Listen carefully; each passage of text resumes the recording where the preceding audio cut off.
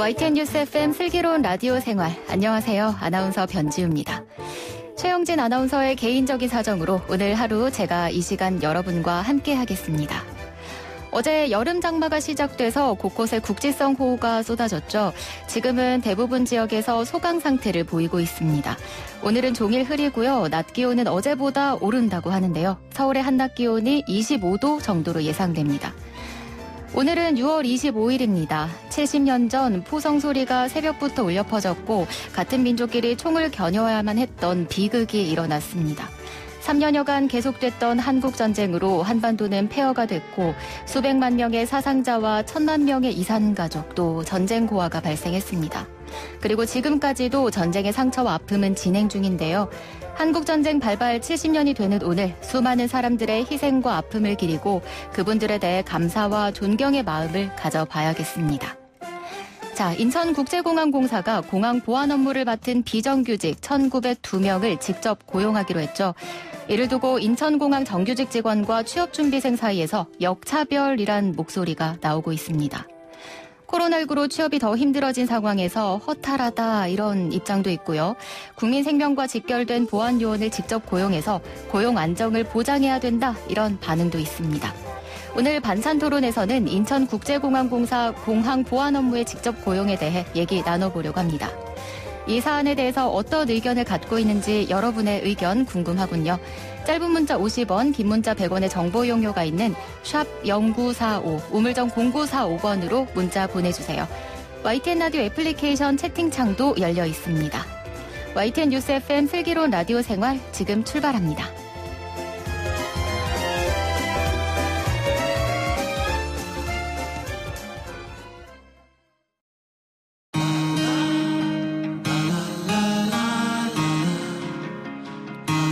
생활이 묻고 정보가 답한다.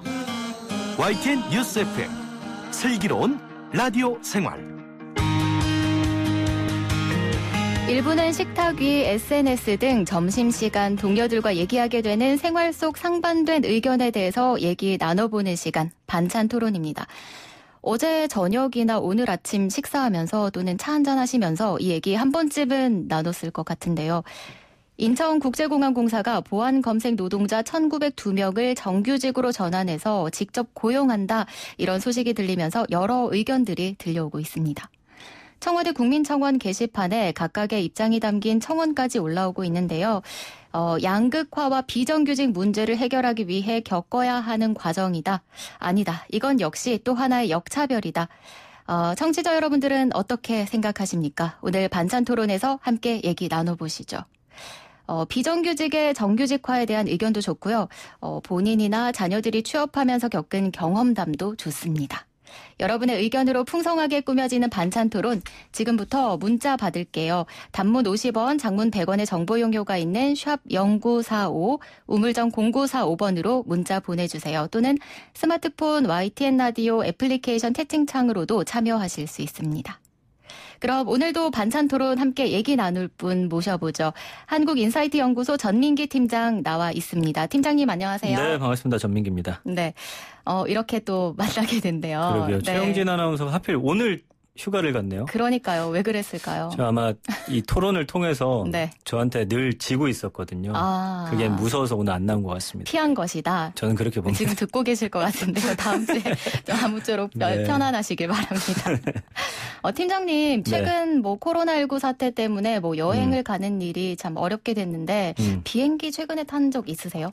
최근에는 비행기 탄 일이 없네요. 그렇죠. 코로나 제가 이제 1월 중순쯤에 영국 출장을 갔다 왔는데 네. 갔다 오자마자 바로 코로나 사태가 터진 거예요. 네. 예, 그게 이제 마지막이 됐습니다. 저도 한 1년은 넘은 것 같은데요. 네네. 이 비행기를 탈 때는 꼭 거쳐야 하는 관문이죠. 보안 검색. 그렇죠. 네, 여기서 근무하는 보안 검색 요원분들이 공항은 물론이고 비행기까지 수많은 목숨을 포함해서 안전을 지키는 역할을 하고 계십니다. 네. 이분들이 공항의 정직원이 아닐 거라는 생각 혹시 해보셨나요?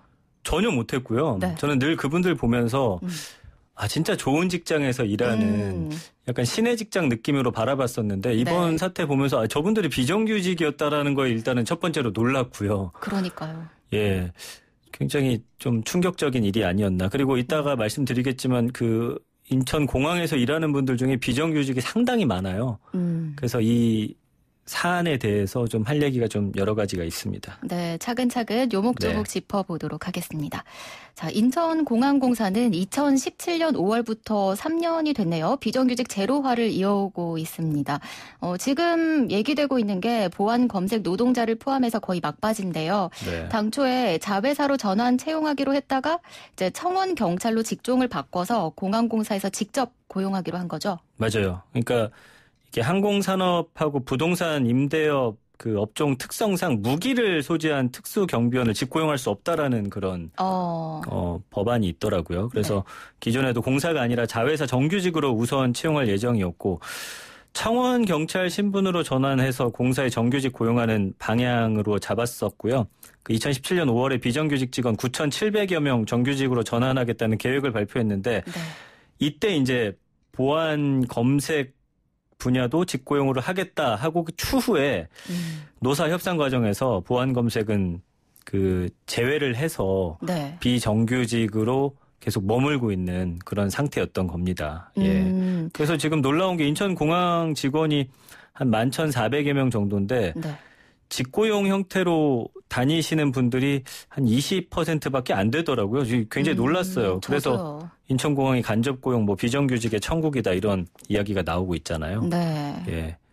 제가 또 청와대 국민청원 게시판을 봤는데 공기업 비정규직의 정규화 그만해 주십시오. 이런 제목의 청원이 올라왔더라고요. 네. 현재 22만 명이 넘는 인원이 동의했는데 저는 이게 참 의아해요. 양극화, 비정규직의 정규직화 계속 요구해 왔던 것 아닙니까? 그렇죠. 근데 지금 많은 분들이 갑론을박 벌이고 있는 게 이게 역차별이 맞냐, 이 사람들 정규직화 시켜주는 게 맞냐 아니냐 가지고 이제 이야기를 나누고 있어요. 오늘 아마 반찬 토론의 그 주제도 이걸 가지고서 이야기를 나누는 건데 저는 그렇습니다. 처음에 이 언론에 공개가 됐을 때는 사실은 이분들이 비정규직이었고 이걸 준비하는 취준생들은 5년 넘게 공부를 한 사람도 있는데 이것과 똑같이 정규직화를 해주는 게 사실은 역차별 아니냐라고만 봤을 때는 저는 역차별이라고 생각했거든요. 왜냐하면 이걸 준비한 사람들의 어떤 노력이라든지 이런 것들이 싹 무시되는 행동이라고 봐서 이분들을 정규직화 해주면 좀 앞으로 많이 시끄럽겠다라는 생각을 했어요. 근데 이 언론이 팩트체크를 제대로 안 했던 것이었고 이게 사무직하고 다른 거잖아요. 보안 검색이기 때문에 이분들은 아예 정규직이 없었던 상태고 그래서 이분들을 정규직 만들어주는 거는 사실 문제가 없는데 자꾸 최근에 이제 많은 분들이 여기서 새롭게 등장하는 팩트들 가지고 그게 이제 팩트인지 아닌지도 잘 확인이 안 돼요.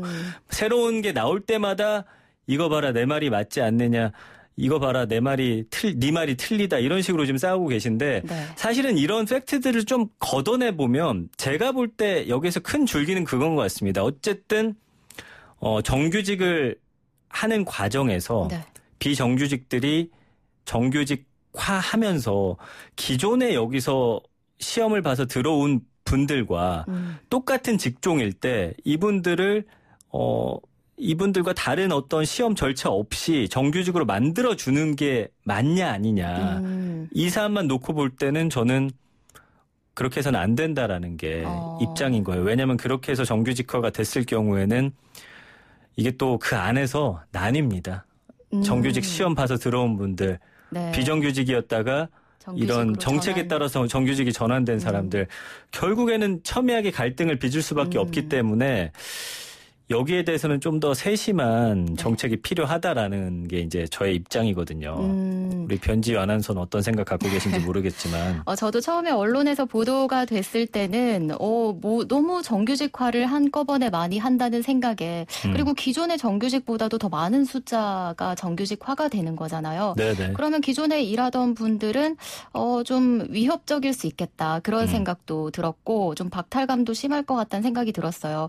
그런데 사실 이 정규직화로 전환이 되는 직종이 지금의 정규직과는 좀 차이가 있지 않나요? 차이가 있죠. 네. 지금 시험 보시는 분들하고는 아예 그 직종 다 다른 거고요. 아까도 말씀드렸지만 보안 검색 요원이신 거고 나머지는 이제 사무직이나 지상에서 근무하시는 그런 다른 일들을 하기 위해서 시험 보는 거기 때문에 시험 자체가 다르고 그 아르바이트로 들어와서 뭐 연봉 5천만 원짜리 정규직이 됐다. 네. 이런 게 이제 뭐 본인들 톡방에서 나왔다고 하는데 그것도 이제 사실이 아니잖아요. 그렇죠. 이 보안 검색하는 분들이 받았던 그 월급에서 5천만 원이 아니고 이거를 연봉화 시켰을 때는 한 3,900만 원대 정도. 그렇기 때문에 연봉도 어쨌든 다르고 아예 지금 다른 사안을 가지고 이거를 정규직화 하려는 정부가 문제다 아니다. 지금 아예 논점 자체가 틀린 걸 가지고 지금 싸우고 있다라는 게 문제인 것 같아요. 그리고 좀 이제 점점 이제 갑론을박이 심해지면서 네. 알바하다가 정규직 돼서 5천만 원 번다, 부럽다, 뭐 이런 글까지 떠돌면서 거의 마녀 사냥에 가까운 비난도 받고 있던데요. 그렇잖아요. 네, 이분들도 사실은 좀 시험을 보고 어떤 절차를 거쳐서 고용된 분들 아닌가요? 그러니까 이게 여객 보안 검색 근로자거든요. 네. 어떤 분들은 또 뭐 가스총 같은 것도 소지하고 있고 아르바이트생으로 그거를 고용한다는 건 말이 안 되는 그렇죠. 거예요. 그러니까 국가 민간 항공보안 교육 훈련 지침이라는 게 있는데 항공보안 그 초기 교육 40시간 받아야 되고요. 특수 경비 신임 교육 88시간 받아야 되고 현장 OJT 직무 교육 80시간 한 2달여 가량의 교육을 수료하고서 그다음에 국토교통부 인증평가를 최종 통과해야 되기 때문에 이분 나름대로 이분들도 그 2달 동안에 네. 그 자격 시험 같은 걸 보는 거란 말이죠. 그다음에 이제 정규직 전환에 따른 경쟁 절차도 뭐 입사 시기에 따라서 적격 심사해야 되고 직무 지식 같은 거 평가하는 필기 그다음에 이런 거 서류 전형 인성 검사 통과 면접 다 해야 되기 때문에 네. 우리가 지금 잘못된 그런 팩트들로 많은 분들이 그 청원도 올리고 가서 네. 보시면 약간 서로 인격 모독하면서 그렇더라고요. 결국에는 현 정부를 지지하느냐 아니냐로 지금 나뉘고 있어서 이거는 그런 사안이 아니거든요. 결국에는 이거는 정치색을 떠나서 비정규직 비율을 낮추는 게 우리 사회의 목표인 건 맞잖아요. 네. 그런 가는 과정 안에서 누군가는 피해를 보고 손해를 보는데 저는 그런 비율을 줄이기 위한 좀 세세한 노력을 했으면 하는 그런 차원에서 네. 사실은 만약에 똑같은 조건이었다라면 비정규직인 분들을 정규직화를 그냥 해주는 건 말이 안 된다라는 게 이제 저의 입장이었던 거죠. 3398번님이요. 정규직 취업 방법 중에 하나라고 봅니다. 꼭 스펙 쌓고 시험만 보는 게 다는 아니죠. 이렇게 보내주셨고요. 이 부분은 어떻게 생각하세요? 그러니까 제가 잘 못 들었는데 다시 한번. 네. 이제 비정규직의 정규직화가 이제 조금씩 이루어지고 있는데 이게 네. 정규직의 취업 꼭 이렇게 정규직으로 들어가기 위한 시험을 보고 취업을 하는 것이 아니라 비정규직으로 일을 하다가 정규직화가 되는 것도 어떻게 보면 하나의 방법이다라고 하시는 말씀인 것 같아요. 그러니까 최근에 어떤 비정규직 중에서 그러니까 모르겠어요. 사무직이라든지 정말 시험을 봐서 들어온 분들과 네. 똑같은 업무를 했다라고 했을 때 최근에 이제 그 지방 방송국의 PD분 관련한 사안도 있거든요. 네. 이분은 정규직의 어떤 조건이나 요건을 그동안 충분히 충족을 시켰고 그 이상의 업무를 해왔다라고 한다면 정규직 시켜주는 게 맞다고 봐요. 그런데 그렇게 되면 그 기존에 이제 TO라고 하죠. 네. 뽑던 인원을 줄여서 하면은 그걸 준비했던 분들은 또 피해가 가는 거거든요. 그러네요. 그 자리를 저는 따로 마련해야 된다라는 것이죠. 예, 이거를 똑같이 놓고서 평가를 하게 되면 결국에는 이런 시끄러운 목소리가 계속 나올 수밖에 없어요. 아무래도 불만을 가진 사람들이 그렇잖아요. 크게 목소리를 낼 수밖에 나는 없죠. 2, 3년간 시험 봐서 들어왔는데 너는 아르바이트처럼 와서 물론 나랑 똑같은 일을 하지만 네. 지금 이렇게 그냥 같은 위치에 있다라는 걸 이해 못하는 분들도 분명히 있을 거거든요. 연봉도 같다면 더 그렇죠. 예민해질 문제일 수밖에 그래서 없죠. 이거는 좀 기준 자체를 아주 명확하고 굉장히 좀 세세하게 나눌 필요가 있다라는 거예요. 뭐 그걸 저보고 하라고 하면은 사실은 쉽지 않은 일이겠지만 그렇죠. 그 정도로 좀 신경 써서 네. 해야 된다라는 게 저의 이야기고요. 6090번님이 저는 비정규직의 정규직 전환에 대해서 조건부 찬성입니다. 물론 어려운 조건에서 수고하는 부분은 인정하지만 정규직 전환에 대한 객관적인 검증은 필요하다고 생각합니다. 저랑 생각이 같으신 그렇죠. 거예요. 네. 예. 이번에도 사실 정규직 전환을 하면서 어떤 절차를 거친다고 하지 않았나요? 그러니까 보니까 뭐 조건들은 있었던 것 같아요. 네. 그러니까 그런 부분을 사실은 시키는데 이게 또 그렇더라고요. 네. 그 상황에서 비정규직화에서 정규직화하는 어떤 시험을 봤는데 또 떨어지는 분들 있잖아요. 그렇죠. 그분들 가지고 또 이제 목소리가 나와서 어쨌든 이 모두를 충족시킬 수 있는 그런 법안이나 규칙은 없는 것 같아요. 하지만 그래도 이 외부에서 봤을 때 이 정도면 아주 정정당당한 절차를 거쳐서 그걸 통과한 사람들에 한해서 정규직화를 해준 것이다.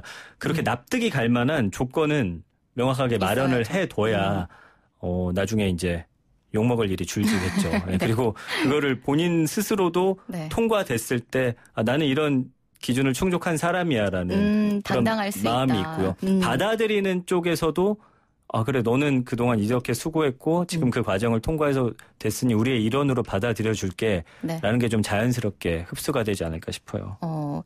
8667번님, 저는 11년차 기간제 교사인데요. 정규직이 되기 위해서 통과해야 하는 시험을 치르지 않았기 때문에 저는 정규직화에 대한 반대 입장입니다. 계속 우리가 얘기를 하고 있는 부분이네요. 네, 그러니까 이런 식으로 비정규직이 정규직으로 전환된다면 정규직을 위해서 준비하는 사람들의 상실감이 클 것이기 때문입니다. 그러니까 무조건적인 정규직화보다는 채용시험에 가산점을 주는 등의 과정이 필요하다고 봅니다. 이런 의견도 주셨습니다. 그래서 몇몇 회사들은 기존에 여기서 인턴이나 했던 사람들한테 또 가산점 주잖아요. 네. 그렇게 되면 또 무슨 일이 발생하냐면 그 인턴 시험에 통과하기 위한 또 다른 시험이 발생하잖아요. 그렇죠. 그래서 아예 제 생각에는 그 시험이 아예 정규직처럼 이제 비정규직을 없애기 위한 그런 과정으로 가는 데 있어서는 좀 구별해서 분리해서 좀 뽑아야 되지 않을까. 생각이 듭니다. 다양한 방법들이 있겠지만 지금 좀 성급한 건 아니라는 생각이 드는 게 한 2018년부터였나요? 계속 논의가 돼왔던 상황들인데 여전히 그런 방법을 찾기에는 좀 미흡한 점이 있지 않나 그런 생각도 해봅니다. 그렇죠. 근데 이거를 너무 우리 사회 문제는 이런 문제가 불거지면 빨리 답안을 내놔라. 이거 어떻게 할 거냐. 이런 식이 되다 보니까 여기에 따른 대책을 내놓으면 그 아주 빈틈이 많은 대책들이 되잖아요. 너무 급하게 내놓다 그렇죠. 이런 논의가 되면 뭐 언제까지 정규직화 하겠다. 물론 이제 이번 정부 들어서면서 그거를 서서히 바꿔가겠다라고 했지만 아직까지 잘 해결이 안 된 부분들이 있기 때문에 좀 길게 잡을 필요는 있는 것 같아요. 그래서 그 안에서 좀 자연스럽게 통합될 수 있는 부분들 필요하고요. 이게 뭐 정권이 교체되고 다른 정권이 들어온다고 하더라도 그걸 연계해서 좀 받아들일 수 있는 그런 정책들이 좀 유지가 되는 그런 방향으로 가야 되지 않을까. 말로는 쉽네요. 말로는 쉽지만 현실이 불가능하다는 게 참 안타깝긴 하네요. 그러니까요. 네, 오늘 시간 관계상 반찬 토론은 끝났어요? 여기까지 하겠습니다. 변지우 아나운서의 의견은 많이 못 들은 것 같은데.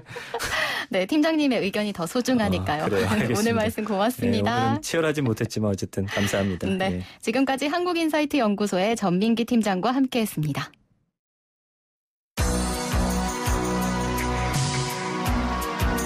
생활의 달인이 되는 법이요? YTN 뉴스 FM 슬기로운 라디오 생활을 들으셔야죠.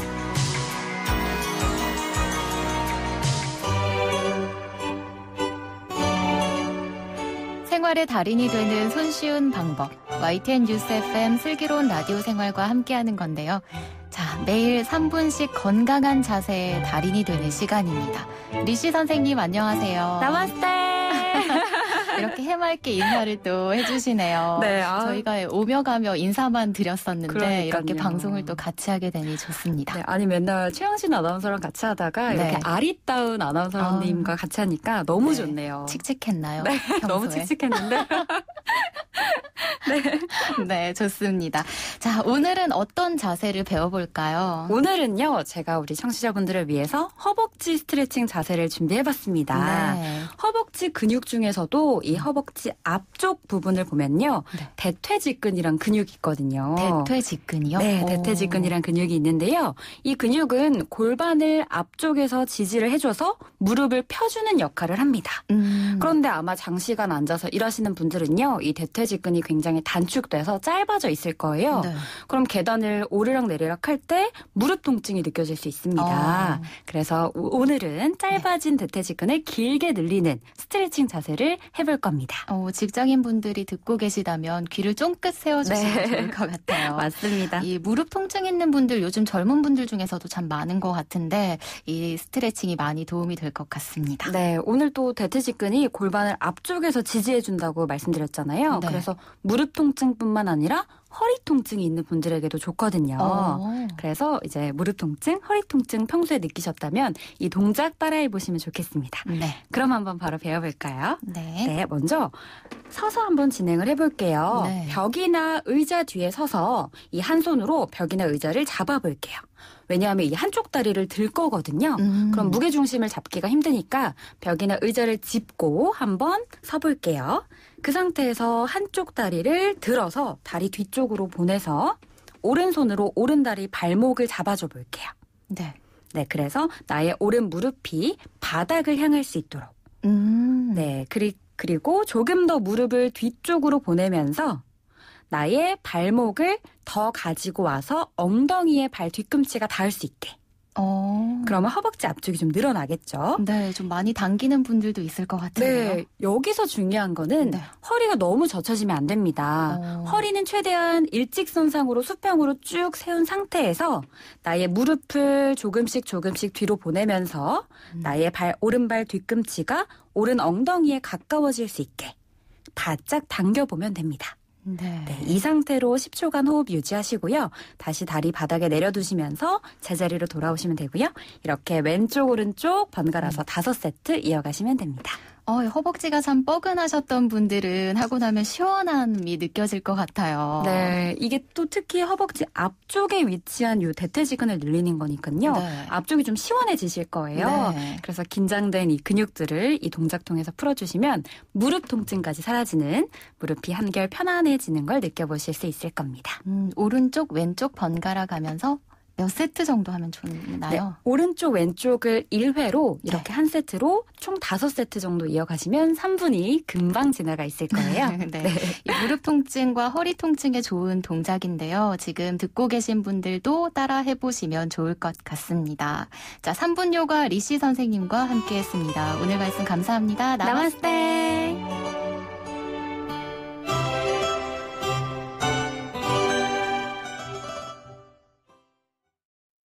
네, 오늘 3분 요가에서는 무릎과 통증, 허리 통증 완화에 도움이 되는 동작을 함께 해봤습니다. 매일 3분 투자로 건강 챙기시길 바랍니다. 자, 잠시 뒤 2부에서는 노무 상담 준비되어 있는데요. 오늘은 퇴사 절차나 퇴직금과 관련된 내용 준비했습니다.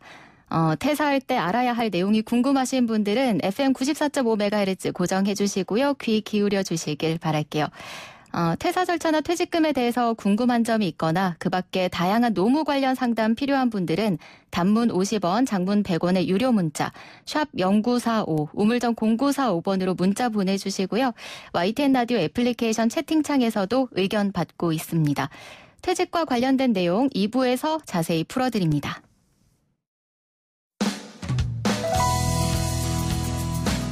슬기로운 라디오 생활 2부에서는 건강, 세금, 자동차, 부동산, 노동 분쟁까지 생활 속 궁금증과 상식들을 속 시원하게 풀어보는 상담실이 마련됩니다. 상담이 필요하신 분은 유료 문자 샵 0945, 우물정 0945번이나 YTN 라디오 전용 애플리케이션 예스 채팅창을 통해 참여하실 수 있습니다.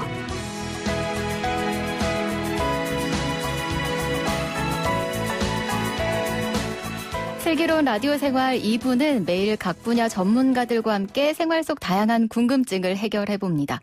오늘의 주제는 노무 상담 시간이면 꼭 하나씩은 들어오는 질문이 있어서 준비해봤습니다.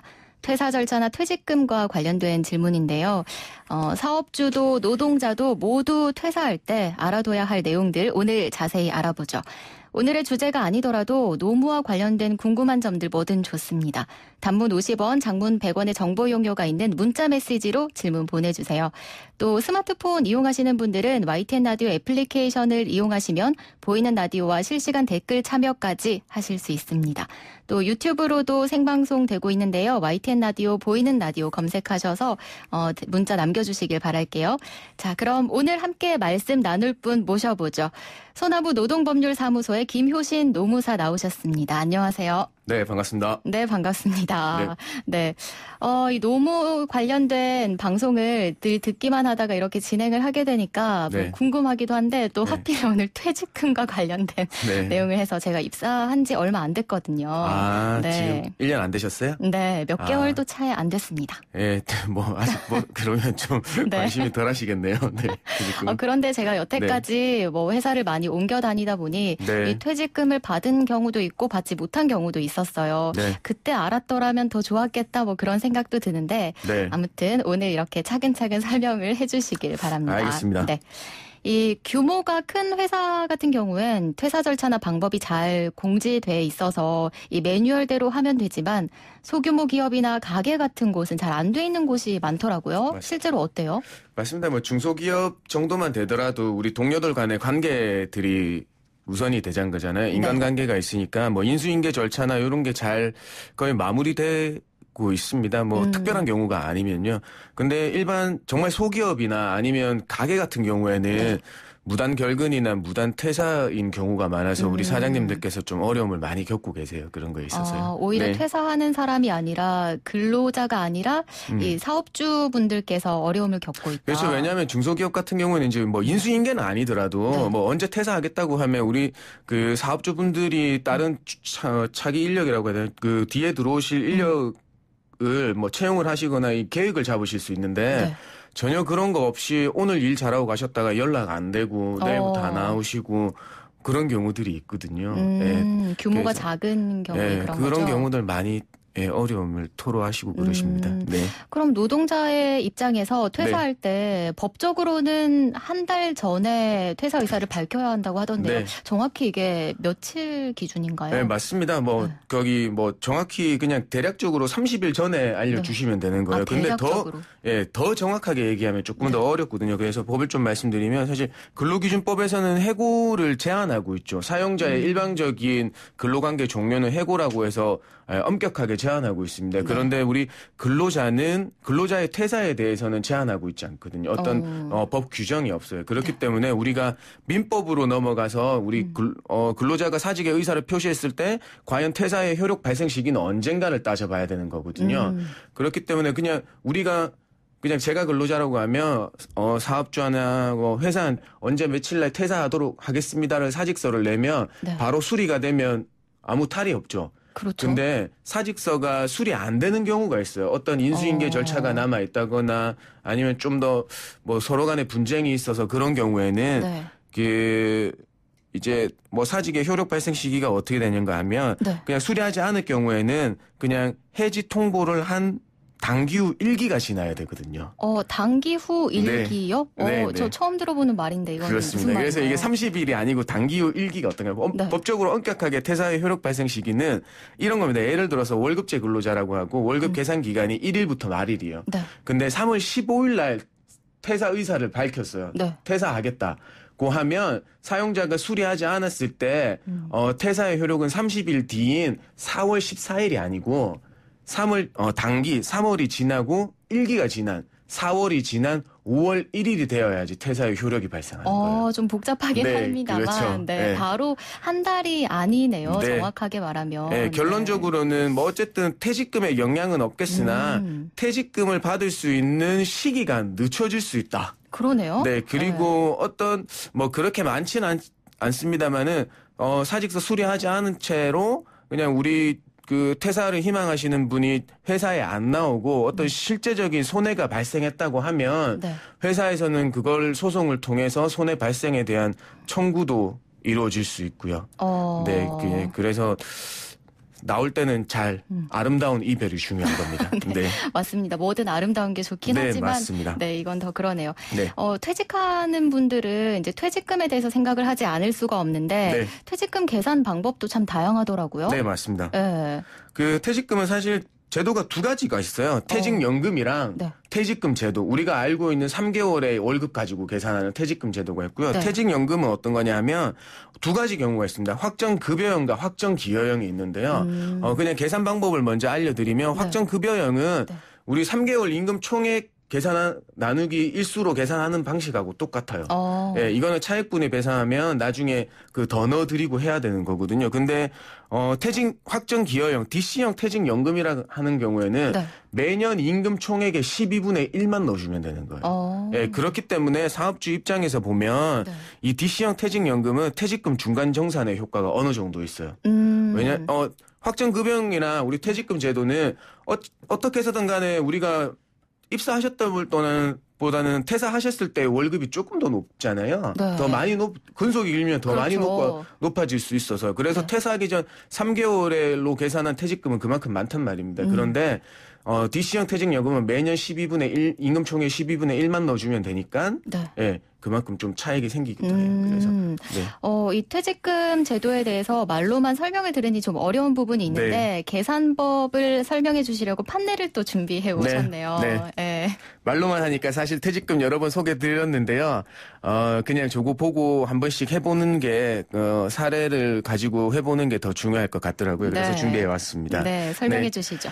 먼저 여기 보시면 월급은 이거부터 알려드려야 되겠네요. 이 퇴직금 계산하실 때 우리 어떤 인터넷 포털 사이트에서 그냥 퇴직금 계산하는 단순한 그 프로그램을 사용하게 되는데요. 그거보다는 저기 나와 있는 사이트로 들어가시거나 아니면 인터넷 포털에 고용노동부 퇴직금 계산기라고 치시면 돼요.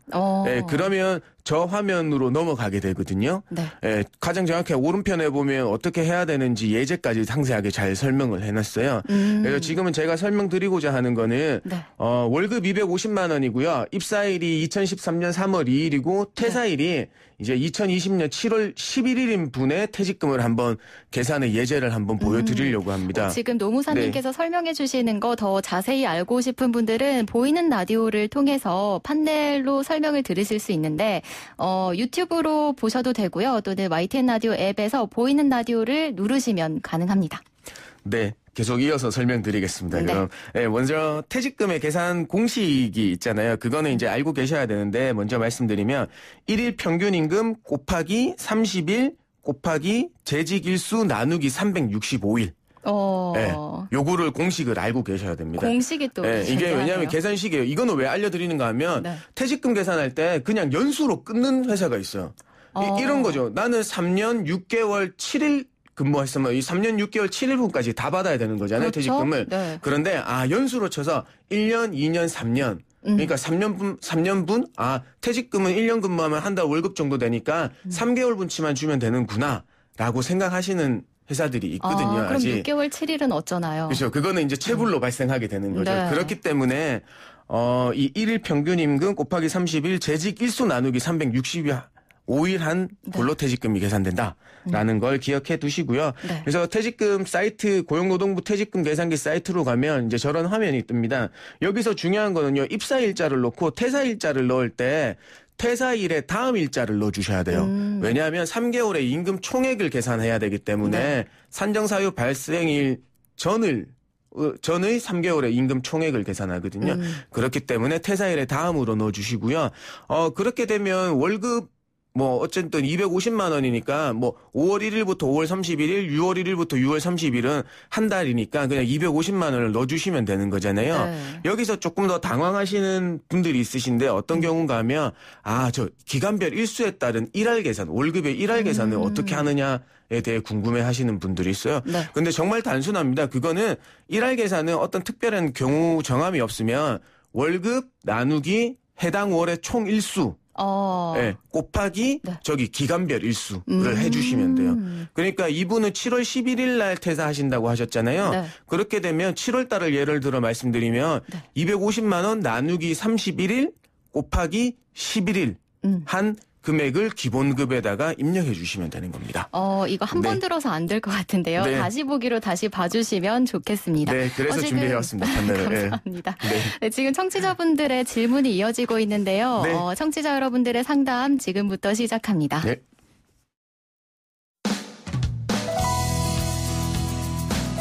슬기로운 라디오 생활 2부에서는 건강, 세금, 자동차, 부동산, 노동 분쟁까지 생활 속 궁금증과 상식들을 속 시원하게 풀어보는 상담실이 마련됩니다.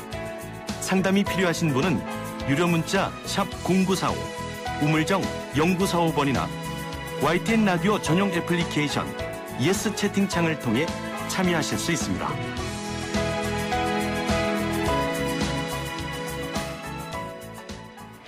(0222번님이) 연봉에 퇴직금이 포함되어 있다고 하는데 이게 법적으로 맞는 건가요? 예, 법적으로 맞지 않습니다. 이거는요. 왜냐하면 퇴직금이라는 게 네. 퇴사를 해야지 발생하는 거잖아요. 당연하죠. 예. 네. 그런데 연봉에 다 포함되어 있다고 하는 퇴직금 분할 약정이 무효죠. 되지가 않습니다. 예, 그러면 어떤 경우가 많이 발생하면 연봉에 퇴직금 포함되어 있다고 그러고 우리 근로자분이 나중에 퇴직금 주셔야 됩니다고 하면 네. 회사 측의 입장에서는 이렇게 얘기해요. 그거 그러면은 당신 월급에 포함된 퇴직금이 있었으니까 원래는 그 월급이 아닙니다. 그 월급은 당신 월급은 그거보다 낮습니다. 그러면 그걸 낮은 금액으로 퇴직금을 계산합시다라고 하거든요. 네. 예. 예, 경우가 서로 간의 분쟁이 계속 부딪히게 되는 거죠. 네. 그렇기 때문에 우리가 근로계약서나 뭘 쓸 때 꼼꼼히 보셔야 되는 게 연봉 해놓고 퇴직금 포함이라고 하면 즉각적으로 네. 이의를 제기해 주셔야 돼요. 그러면 나의 실제 연봉이 얼마냐. 네. 예, 거기에 대한 확정이 필요한 거죠. 예, 그렇기 때문에 퇴직금 분할 약정은 원천 무효고요. 퇴직금 네. 받으시고 만약에 그러면은 퇴직금으로 준 돈은 뭐냐. 그거는 뭐 부당 이득이 되는지 아니면 본인의 사실상 월급이었는지는 예, 별도로 다퉈봐야죠. 네. 지금 혹시 계약서 있는 분들은 확인을 해보시면 좋을 것 같아요. 평소에 사실 계약서를 잘 확인하지 않는데 퇴직금과도 네. 연결이 되어 있으니까 미리 네. 확인해 주시기 바랍니다. 사실 맞습니다. 제일 중요하죠. 아쉬운 점이 우리 휴대폰 사실 때 계약서는 되게 꼼꼼히 잘 보내시는데 네. 정작 중요한 근로계약서는 그냥 사인하고 마시거든요. 알아서 잘 하겠지. 네, 이제 우리가 서로 믿는 게 있으니까 그런 거 그리고 이게 잘못됐다고 해도 사실 네. 뭐 의견을 얘기하기가 참 어려운 부분이 있긴 하죠. 네, 그 분위기가 아직까지 그러신 것 같아요. 네. 2629번님이 4시간 알바도 퇴직금이 있나요? 라고 질문 주셨어요. 4시간 알바 가 퇴직금이 네. 있을 수도 있고 없을 수도 있어요. 왜냐하면 퇴직금은 어차피 1년 넘게 일하시다가 하면 퇴직금이 발생하는 건 다 알고 계세요. 네. 그런데 이 퇴직금의 발생 요건 중에 하나가 일주일에 15시간 이상 일해야 돼요. 그러니까 일주일에 우리가 사장님하고 근로자분하고 약속한 시간이 네. 15시간 이상 일하기로 하고 나서 1년 넘게 일하시다가 퇴사하면 퇴직금이 발생하시는 건데요. 그러면 이분은 이래요. 4시간씩 3일 일하셨다. 일주일에 12시간이잖아요. 12시간밖에 안 되잖아요. 네. 퇴직금 발생 안 해요. 근데 4시간씩 5일 일하신다. 4, 5, 20시간이잖아요. 그럼. 네. 그러면 1년 넘게 일하시면 퇴직금 발생하죠. 네. 그 다음에 덧붙여 말씀드리면 또 이런 것도 있어요. 어떤 거요? 15시간 일하시고 하다가 일이 없으니까 일주일에 15시간 넘는 경우도 있고 안 되는 경우도 있고 이런 게 막 혼재되어 있으시는 분들이 있거든요. 그렇죠. 네. 네. 그런 분들은 어떻게 계산하는가 하면 나중에 일주일에 15시간씩 넘은 주가 52주가 되면 퇴직금을 받으실 수 있어요. 일주일에 15시간 이상 근무한 주가 몇 주 이상이요? 52주요. 왜냐하면 1년이 52주거든요. 그렇죠. 네, 네. 그래서 1년이 되면 퇴직금씩 받으실 수 있어요. 이게 1년 단위가 아니라 6548번님은 월 60시간 이상 근무를 했다고 하세요. 그런데 주 15시간 이상 못한 적도 있다고 하는데 네. 그렇다면 1년 근무 후에 퇴직금을 받을 수 있을까요? 그렇죠. 이분께서 이제 제가 방금 말씀드린 경우거든요. 네. 60시간 이상 일하셨다고 하면 4주 평균에서 15시간이 되시는지 한번 먼저 파악해 보시고요. 그다음에 그 15시간과 15시간이 안 되는 주가 혼재돼 있다고 하면 15시간이 되시는 주를 모아 보세요. 과연 몇 주가 될까? 네. 52주가 되면 퇴직금이 됩니다. 그러면 이게 1년, 2년이 쌓여야 하는 문제겠네요. 그렇죠. 이분은 왜냐하면 일주 15시간 미만과 이상을 왔다 갔다 하시는 분이기 때문에 그런 거예요. 다른 분들은 그냥 우리 일반 근로자 같은 경우는 일주 40시간을 그냥 다 15시간 이상 다 일하시잖아요. 그러면은 그냥 1년 있다가 근무하시면 퇴직금이 당연 발생하는데 이런 분들 초단시간 근로자라고 하는 분들에 있어서 이 혼재돼 있는 경우에는 조금 더 상세하게 따져봐야 된다라고 말씀드리겠습니다. 노무사님과 상담을 하는 게 가장 빠를 것 같은 생각이 드네요. 네, 맞습니다. 네. 9693번님이 열흘 정도 근무한 곳에서 산재 신청을 하고 싶은데 개인적인 사정으로 4대 보험을 안 들었어요. 사장님은 가입을 권유했지만 제가 거부했습니다. 이런 상황에서도 산재 신청이 가능한가요? 하고 질문 주셨네요. 예, 너무 솔직하게 말씀드려 주셔가지고 제가 답변 드리기가 좀 그렇네요. 왜냐하면 이 4대 보험은 근로자가 가입 안 한다고 의사를 표시해도 이 사용자한테 원천적으로 가입시켜야 할 의무를 부과를 해놨어요. 이제 그런데 이제 그냥 법대로만 한다면 이분은 산재 신청을 하셔도 돼요. 예, 왜냐하면 자기가 뭐 안 한다고 했지만은 뭐 나중에 어쨌든 법으로는 해야 되는 거니까 뭐 그런 경우가 있는데 이 법을 떠나서 본인이 이제 이렇게 너무 솔직하게 이제 자기가 안 한다고 했는데 산재 신청을 해도 되는가에는 예, 개인적인 가치의 판단에 따라서 해주시면 되겠습니다. 이거는 예. 법으로는 됩니다. 예. 산재 신청을 하지 않더라도 사용자에게 의무가 있기 때문에 그럼 사용자에게 뭐 불합리한 점은 없나요? 이런 경우에? 10일이 언젠지는 모르시겠지만요. 뭐 근래라고 하면 조금 신고가 늦더라도 하도 지연 신고에 대한 과태료는 없고요. 네, 그다음에 뭐 30인 미만 사업장이라고 하면 산재 신청한다고 해서 어떤 보험료가 올라간다거나 그런 건 없어요. 네. 그렇군요. 네, 그렇기 때문에 다시 잘 한번 상의해 보셨으면 좋겠어요. 네. 원만하게 해결이 잘 되셨으면 좋겠습니다. 네네. 그리고 YTN 라디오 앱에서 1971번님이 청소 노동자로 1년 6개월 근무하다가 윗사람의 갑질로 참지 못하고 퇴사를 했고 또 1년마다 계약을 하다 보니까 퇴직연금으로 은행에서 입금이 된다고 하세요. 이 퇴직연금을 찾지 않고 계속 둬도 사라지지 않나요? 요거는 걱정 안 하셔도 돼요. 왜냐하면 이제 1년씩 우리 미화업에 종사하시는 근로자분은 나이가 조금 있으실 거라고 생각해요. 그다음에 1년 단위의 계약이 이루어지고 있기 때문에 그 1년은 퇴직연금으로 들어가서 나의 개인 이제 거기서 근로관계 단절이 있다고 하면 나의 개인형 IRP 계좌로 넘겨 놓으시면 돼요. 네. 왜냐하면 어떤 우리가 단지가 두 개가 있다고 생각해요. 하시면 돼요. 하나는 이제 우리가 어떤 회사 A라는 회사에서 근무할 때 여기서 퇴직연금 나한테 1년이 되면 12분의 1을 발생하는 단지에다가 넣어줘요, 돈을. 그다음에 이 단지 내가 퇴사하게 되면 찾거나 아니면 내가 개인형 IRP, 개인형 퇴직연금 계좌라고 하는 그쪽으로 이전을 해서 쌓아두시면 돼요. 네, 그러면은 나는 퇴직금도 받고 막상 나중에 가서 내 노후 자금으로 활용하실 수도 있고 네, 그렇게 해주시면 되거든요. 저는 미리 찾았는데요. 네. 4823번님이 코로나 여파로 회사에서 정부 지원금을 받아서 주 3일 근무로 전환 예정입니다. 이때 이틀간 4대 보험 안 되는 알바를 할까 생각 중인데 회사에서는 이중 취업을 했을 때 정부 지원금이 나오지 않고 문제가 발생할 수도 있다고 하네요. 이 말이 맞는지 궁금하다고 하십니다. 네. 이거는 전제 조건이 4대 보험 안 되는 알바를 하신다고 하셨잖아요. 네. 그래서 회사에서 뭐 어떤 겸직에 대한 승인만 있다고 하면, 가셔서 일하시는 거를, 국가가 알 수가 없습니다. 네. 왜냐하면 이게 이제 한 회사에서 이 고용이 유지되고 있고 4대 보험이 이제 고용보험에 들면서도 다른 회사에서 이제 일용직으로 일하셔서 신고가 돼버리면 이 한쪽의 고용 유지에 대한 제재가 걸리게 돼 있거든요. 이제 그렇기 때문에 회사에서 말하는 다른 데 4대 보험에 대해서 어떤 우리 행정기관에 들어가는 그 신고가 이루어지면 못 받는 건 맞습니다. 근데 이분은 4대 보험 안 되는 알바를 하신다고 하시니까 알 수가 없네요. 네, 맞습니다. 알 수가 없습니다. 일단은요. 네. 자, 오늘 말씀 여기까지 듣겠습니다. 다음 주도 기대할게요. 고맙습니다. 네, 감사합니다. 지금까지 소나무 노동법률사무소 김효신 노무사와 함께했습니다.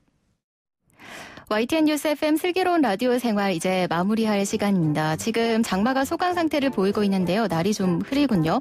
이번엔 과거 장마와는 달리 무더위 형태가 될 것으로 예상됩니다. 후텁지근한 날 건강관리 잘 하시길 바랍니다. 오늘 이 시간 함께해 주셔서 고맙습니다. 저는 아나운서 변지우였습니다.